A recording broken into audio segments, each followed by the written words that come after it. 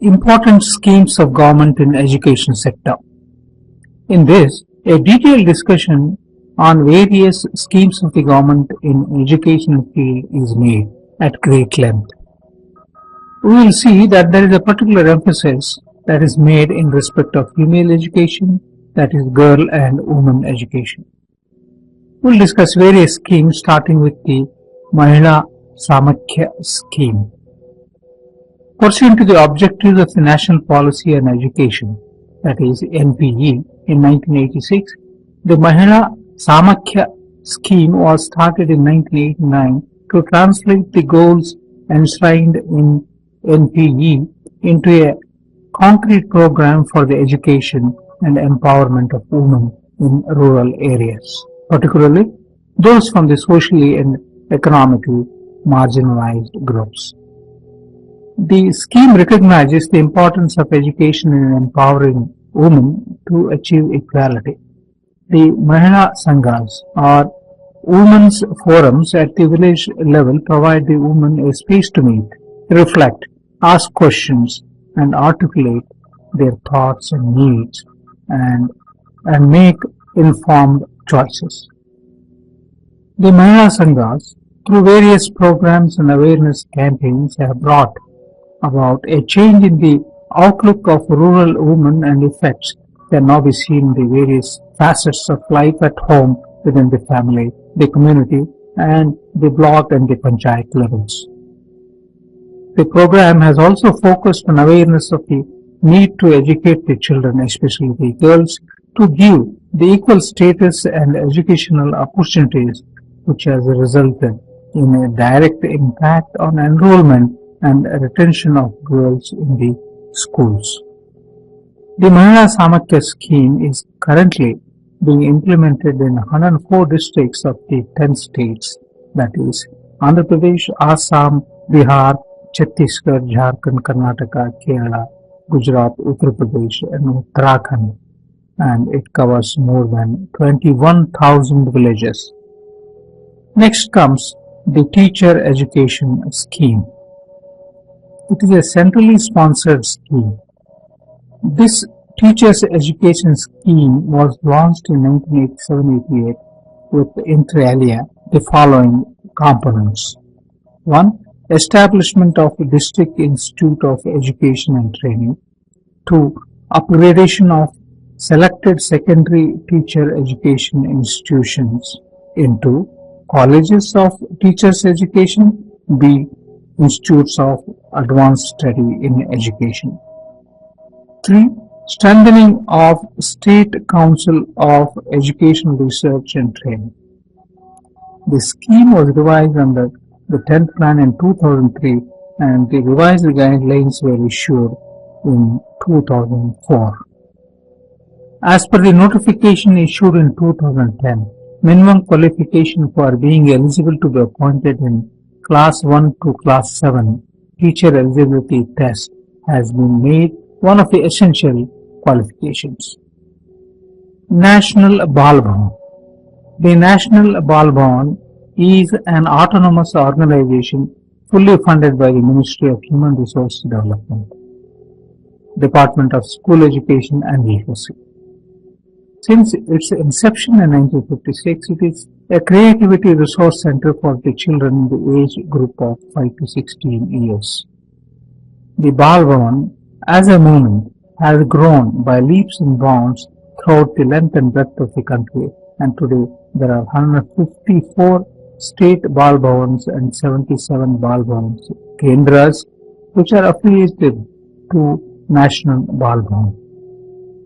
Through affiliated Bal Bhavans and Bal Kendras, National Bal Bhavan reaches out to school dropouts, children of socially and economically backward class, street children, and also the special children. National Bal Bhavan is engaged in the pursuits of the integrated growth of a child by involving them in various activities in a tension-free environment irrespective of their gender, caste, creed, color, etc. To mention a few, the activities are clay modeling, music, dance, drama, painting, crafts, museum activities, photography, videography, indoor and outdoor games, home management, traditional art, craft, etc. etc. Some of the special attractions of the National Bal Bhavan are mini train, mini zoo, fish corner, science park, funny mirrors, and culture cafe.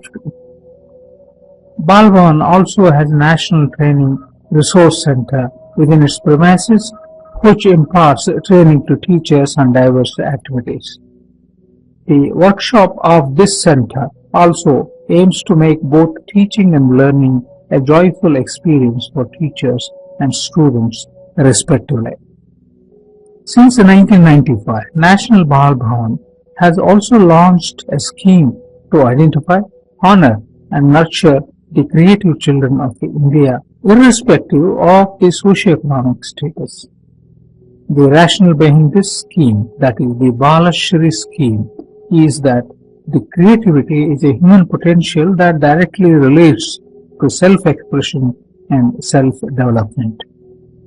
This scheme seeks to identify creative children within the age group of 5 to 16 years in 4 identified areas of creativity, that is, creative art, creative performance, creative scientific innovations, and creative writing.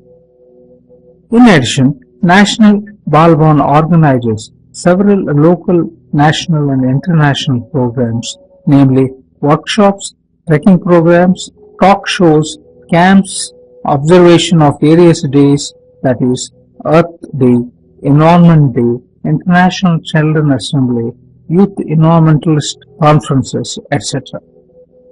Besides, National Bal Bhavan also deputes its children from different parts of India to various countries under the cultural exchange programs, and these children act as the young ambassadors of the subcontinent's socio-cultural ethos. Central Board of Secondary Education. Set up in 1929, Central Board of Secondary Education, that is CBSE, is an autonomous body working under the aegis of the Ministry of Human Resource Development. The main objectives of the CBSE include affiliating institutions in and outside the country, conduct annual examinations of the end of the class 10th and class 12th. They also conduct entrance examinations to professional courses for admission into medical and engineering colleges, updating and designing curriculum, and empowering the teachers and the heads of the institutions. The board conducts various examinations, namely Senior School Certificate Examination, that is for class 12, Secondary School Examination, that is for class 10. Also, All India Pre-Medical and Pre-Dental Examinations, All India Engineering Entrance Examinations, and Jawahar Navodaya Vidyalaya Selection Tests are also conducted. The board has extended the concept of continuous and comprehensive evaluation in class 9 with effect from 2009. The emphasis on conceptual clarification through experiential learning in the classroom has been laid. It will help students with life skills, especially creative and critical thinking skills. National Institute of Open Schooling. This important project was initiated as a project in 1979 under the Central Board of Secondary Education. The open school programs have now taken shape as an independent system of education in India. The National Institute of Open Schooling, with international recognition and presence, provides access to sustainable and learner-centric quality school education, skill upgrading and training through open and distance learning, and it ensures convergence of open schooling organizations. This results in an inclusive learning society, human resource development, national integration, and also global understanding. The National Institute of Open Schooling, formerly National Open School, with approximately 1.6 million learners on roll, has emerged as the largest open schooling organization in the world. This National Institute has regional centers located at important places all over the country. The institute provides opportunities to interested learners by making available various courses, programs through open and distance learning mode. National Council of Educational Research and Training, that is NCERT in short, is another important institution in the educational scenario of the country. Established in 1961, National Council of Educational Research and Training is an apex research organization of the Government of India in the field of school education. It is an autonomous organization to advise and assist the Ministry of Human Resource Development, Government of India, and Departments of Education and states, union territories in the formulation and implementation of their policies and major programs in the field of education, particularly for qualitative improvement of school education. NCERT undertakes programs related to research, development, training extension, international cooperation, publication and dissemination of educational information. Besides, NCERT also acts as a major agency for implementing the bilateral cultural exchange programs with other countries in the field of school education. The agency also interacts and works in collaboration with international organizations, visiting foreign experts and delegations, and offers various training facilities to educational personnel from other developing countries. Some of the major ongoing programs of the NCERT include Innovative Service Teacher Education and Counseling Courses, All India School Survey, Survey of Research in Education, transmission of educational video programs on DD and All India Radio educational channels, that is Gyan Darshan and Gyanavani, and teachers training on new textbooks through teleconference using EduSat facility, etc. Navodaya Vidyalaya Samiti. The National Policy on Education, that's the NPA, of the 1986 envisaged setting up of model schools, one in each district of the country. Accordingly, a scheme was formulated under which it was decided to set up co-educational residential schools, now called Jawahar Navodaya Vidyalayas. The Vidyalayas envisage a new style of growth with the identification and development of talented, bright and gifted children predominantly from rural areas who may otherwise be denied a good education opportunities. Efforts are made to ensure that at least 33% of the students enrolled are girls. Migration is a unique feature of Navodaya Vidyalaya scheme whereby 30% of the students from Vidyalayas located in Hindi-speaking area spend one academic year in a Vidyalaya located in a non-Hindi speaking area and vice versa. This is aimed to promote national integration through understanding of the diversity and plurality of the country's people, their language and the culture. Government is also playing a role in a significant manner in the area of adult education. Adult education aims at extending educational options to those adults who have lost the opportunity and have crossed the age of formal education but now feel a need for learning of any type, including basic education, that is literacy, skill development, that is vocational education, etc. With the objective of promoting literacy and adult education, a series of programs have been introduced since the first 5-year plan period. The most prominent was the National Literary Mission, that is NLM.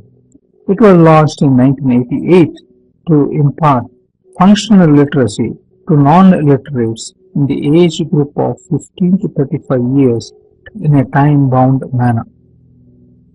Launch of Sakshar Bharat has been one of the government's major projects.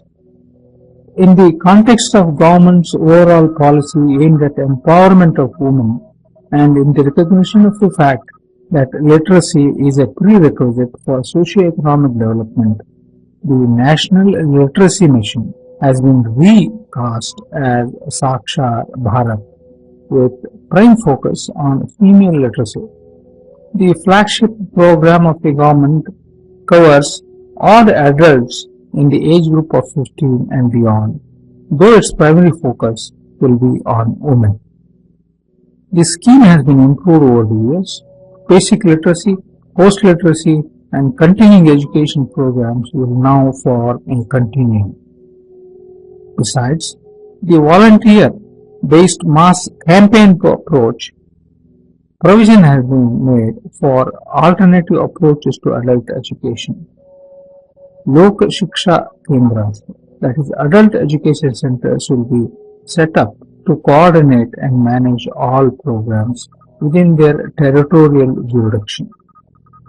State governments and Panchayat Raj institutions, along with committees, will be valued stakeholders in this. Rigorous monitoring and evaluation system have been installed. Last but not the least, the budgetary support also has been enhanced substantially over the years. In essence, the Sakshar Bharat mission has 4 broad objectives, namely 1. Impact of functional literacy and numeracy to non-literate and non-numerate adults. 2. Enable the new literate adults, especially younger adults, to continue their learning beyond basic literacy and acquire equivalency to formal educational system. 3. Impart non and new literates relevant skill development programs to improve their earning and living conditions. Number 4. Promote a learning society by providing opportunities to new literate adults and other potential learners for continuing education. The principal target of the mission is to impart functional literacy to 70 million adults in the age group of 15 years and beyond. Auxiliary target of the mission is to cover 1.5 million adults under the basic education program and equal number under vocational skill development program. Within these targets, the mission will primarily focus on women, scheduled castes, scheduled tribes, and minorities and other disadvantaged groups, and also adolescents in the rural areas in low literacy states. For each focus group and area, there will be a specific target, and for each target, an explicit approach and strategy. An effective and more practical fund flow mechanism through district panchayat, block panchayat, and gram panchayat has been introduced. Web-based planning and monitoring has been operationalized. This project planning system, on one hand, enables states to prepare their interim action plans district-wise and their submission online, and on the other hand, it enables National Literacy Mission Authority to calculate financial sanctions up to the Gram Panchayat levels. Related to Sakshar Bharat is another program called Adult and Continuing Education Program. This program has been rolled out in 167 districts in the 19 states, and it covers nearly 4 crores of non-literates and 80,000 gram panchayats under the basic literacy program. It has established about 81,000 adult education centers, one each in a gram panchayat under the continuing education component. Task force has been constituted to consider and deliberate upon different aspects of Sakshar Bharat and to devise target-specific strategies for effective implementation of the program. In order to promote adult education and skill development through the voluntary sector, support to voluntary agencies was so far being extended through two schemes, namely assistance to voluntary agencies in the field of adult education and number two, Jana Shikshana Samsthas. The scheme encompasses three components, that is namely state resource centers, Jana Shikshana Samsthans and assistance to voluntary agencies. State resource centers are playing an important role in this project and they are mandated to provide academic and technical resource support to adult and continuing education through the development and production of material and training modules. The main functions of the state resource centers in this context are development of teaching and learning and training material for literacy programs, production and dissemination of literature for adult education, training of literacy functionaries, undertaking motivational and environment building activities for adult education, multimedia works, running of field programs, action research evaluation and monitoring of literacy projects, and finally undertaking innovative projects to identify future needs of the literacy programs. Currently, there are 30 state resource centers in different parts of the countries. Now let us see in little more detail on the Jana Shikshana Samsthans. Jana Shikshana Samsthans are established to provide vocational training to non-literates as well as school dropouts by identifying skills which have a market in the region of their establishment. They are categorized into category A, B and C and they are entitled to an annual grant of 40, 35 lakhs and 30 lakhs respectively. The Jana Shikshana Samsthans impart skill development training in nearly 400 vocational courses in cutting, tailoring, beauty culture, health care, fashion design, electrical and electronics, automobiles repair, soft toys making, agriculture allied courses, cottage industry courses, handicrafts, bakery, confectionery, textile technology, leather technology, etc., etc. Of course, keeping in view the inclusive policy of the government in the selection of the beneficiaries, priority has been given to women, scheduled castes, scheduled tribes, and other backward classes and minorities. Education of scheduled castes and scheduled tribes has always been in the priority list of the government.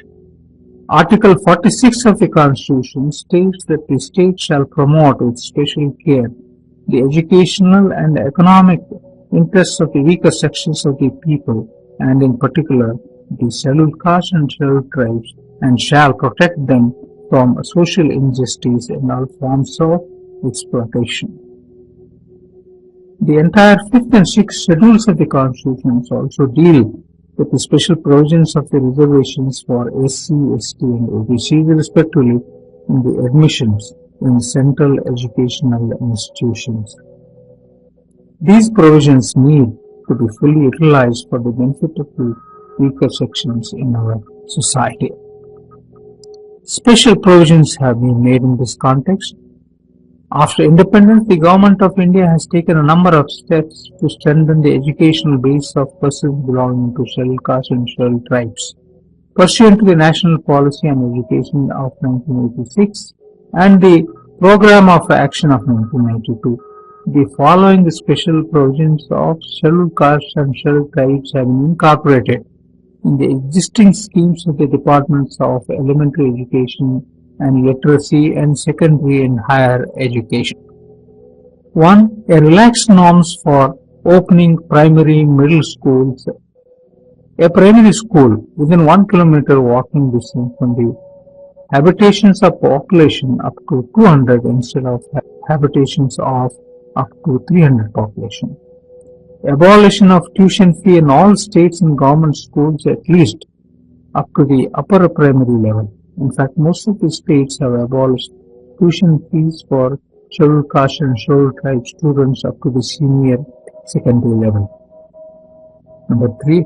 Incentives like free textbooks, uniforms, stationery, school bags, etc. for these students. Number 5. The Constitutional Amendment of 2002 provides for free and compulsory elementary education as a fundamental right for all children in the age group of 16 to 14 years.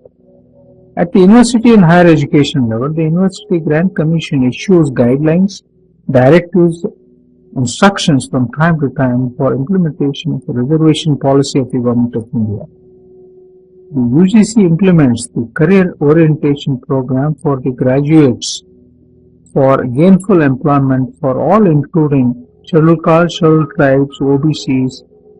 UGC has also created a central pool database of eligible scheduled caste, scheduled tribe and other backward class candidates, and it recommends their candidature for teaching positions in universities and colleges. UGC also has introduced a scheme to the establishment of SC/ST cells in the universities in the year 1983. The UGC also has introduced various schemes for the benefit of the students of SC/ST communities, like coaching classes for SC/ST candidates appearing for national eligibility test, residential coaching, the postgraduate scholarships, etc. As per the order of the Government of India, 15% and 7.5% of these seats are reserved for SC and ST students respectively in all the technical education programs. In the National Institute of Open Schooling, SC and ST students are given 55% of concession in admission fee at secondary level and 54% concession at senior secondary level. In the same context, minority education also has been given an equal importance by the Government of India. The Article 30 of the Constitution provides for the rights of the minorities to establish and administer educational institutions of their choice. The Human Resource and Development Ministry has taken several steps to implement the recommendations of the Prime Minister's High-Level Committee on Social, Economic and Educational Status of the Muslim Community of India, that is, SACHAR Committee. For example, the existing school buildings and community buildings are being used as study centers for students of the minority communities. Under Teacher Education Scheme, in the nearly 200 block institutes in the minority and scheduled caste and scheduled tribe concentration areas, there is a scheme to offer pre-service and in-service education courses.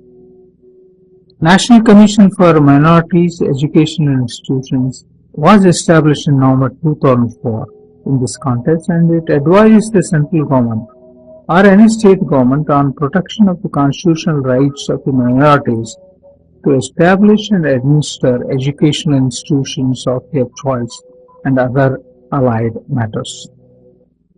Further, there is a scheme for providing a quality education in madrasas.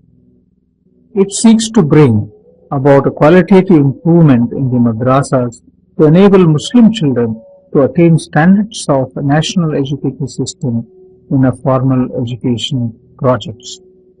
There is also a scheme of infrastructure development in the minority areas to augment infrastructure in private, aided and unaided minority schools and institutions in order to enhance quality of education to the minority children.